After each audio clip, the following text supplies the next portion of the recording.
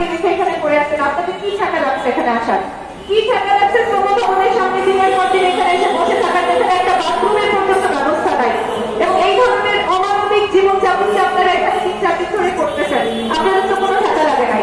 কিন্তু ঘটনা হচ্ছে যে যেইভাবে আপনাদেরকে যেই পরিস্থিতির দিকে ঠেলে দেওয়া হয়েছে, 3 মাস 4 মাসের বকেয়া বেতন এক একজন 45,000, 50,000, 60,000 করে টাকা আপনারা পান। আপনারা নিজেরাই বলতেছেন যে আপনারা বাড়ি যেতে পারতেছেন না, কারণ আপনারা বাড়ি ভাড়া দিতে পারতেছেন না। ওইখানে গেলে বাড়িওয়ালা আপনাদেরকে গালাগালি করতেছে, বাড়ি ছেড়ে দেওয়ার নোটিশ দিচ্ছে। আপনারা মুদির দোকান থেকে চাল ডাল কিনতেছেন বাকিতে, এবং সেখানে পর্যন্ত গেলে আপনাদের সাথে খারাপ ব্যবহার করা হচ্ছে। আপনারা যে গাজীপুরে আপনাদের নিজের বাড়িতে ফেরত যাবেন, সেই ফেরত যাওয়ার অবস্থা কি আছে? বাড়িওয়ালা তো সেই আপনাদের আসবাবপত্র বের করে দিয়ে আপনাদেরকে গালাগালি দিয়ে বেরিয়ে করে দেওয়া হবে। তো আপনাদের সামনে এমন একটা পরিস্থিতি তৈরি করা হয়েছে যে আপনি শ্রমভবনের সামনেও বসতে পারতেছেন, এখানে আপনাকে বাথরুম চেপে বসে থাকতে হচ্ছে।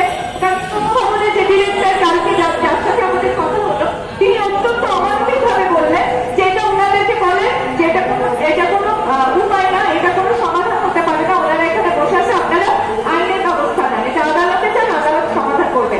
বাংলাদেশের আদালতের উপর আবারও জিজ্ঞেস করি, আপনারা এখানে শ্রমিক ভাই বোনেরা আছেন, এই লেবার কোর্ট বা শ্রম আদালতের উপর আপনাদের কি কোনো বিন্দুমাত্র ভরসা আছে? আপনি আজকে যখন একটা মামলা করবেন, সেই মামলা হচ্ছে 6 মাস, 1 বছর, 8 মাস, 2 বছর ধরে গড়াবে। আপনার তো বেতন লাগবে এখন, আপনি কি এই বছরেরই আগামী বছর করবেন?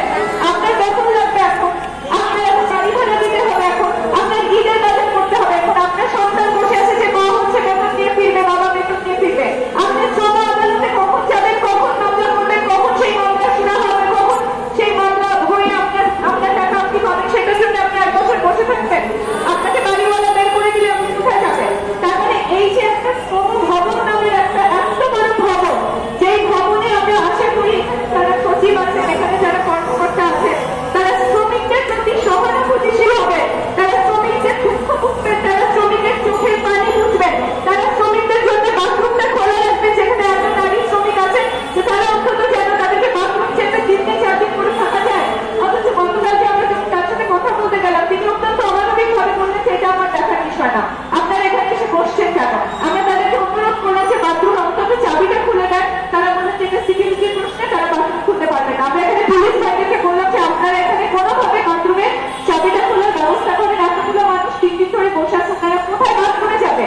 তারা কোনো ধরনের কর্ণপাত করলেন না। পরবর্তীতে দেখা গেল যে এই কিছু দূরে 2জন সিকিউরিটি গার্ড, এবং ওনারা আপনাদের মতো শ্রমিক, ওনারা ব্যবস্থা করে দিলেন। আপনারা যারা গতকাল এখানে গিয়ে বাঁচছেন, আপনারা জানেন যে 2জন শ্রমিক মানুষ এগিয়ে এসে শেষ পর্যন্ত এত বড় বড় কোম্পানি, এত বড় বড় বিল্ডিং করে কোনো লাভ হলো না। 2জন শ্রমিক মানুষ এগিয়ে এসে আপনাদের বাথরুমের ব্যবস্থা করে দিল। এ থেকে আমরা বুঝলাম যে শ্রমিকের দুঃখে, শ্রমিকের যন্ত্রণা একমাত্র শ্রমিকই বোঝে। আসলে এই যে এত বড় বড় দালালে যে সমস্ত কর্মকর্তা, সচিব, উপসচিব, তারা বেতন পাচ্ছে জনগণের ট্যাক্সের টাকায়, কিন্তু তারা নাম দিয়েছেন শ্রম ভবন। তারা শ্রমিকের জন্য কাজ করবেন বলে তারা কমিটেড, তাদের কমিটমেন্ট বা তাদের শ্রমিকের জন্য কাজ করার কথা। অথচ তারা আজকে ব্যবসায়ীদের স্বার্থরক্ষা করেন, এবং তারা বলেন ব্যবসায়ী মালিকরা বেতন না দিলে আমরা কি করবো? এখন আমার প্রশ্ন হচ্ছে, মালিকরা বেতন দেয় না, ঈদের আগে আগে আমরা এটা সবসময় প্রতি বছর আমরা দেখি, প্রতি বছরই একই ঘটনার পুনরাবৃত্তি দেখি। যতবারই মালিকদের কাছে দেখা যায় যে 3 থেকে 4 মাসের বকেয়া বেতন বাকি থাকে, এবং ঈদের আগে সবসময় দেখা যায় শ্রমিকদেরকে রাস্তায় নেমে আন্দোলন করে পুলিশের পিটা খেয়ে তারপর সেই বকেয়া বেতনটা আদায় করতে হয়। তো আমার শ্রম ভবনে যারা বসেন তাদের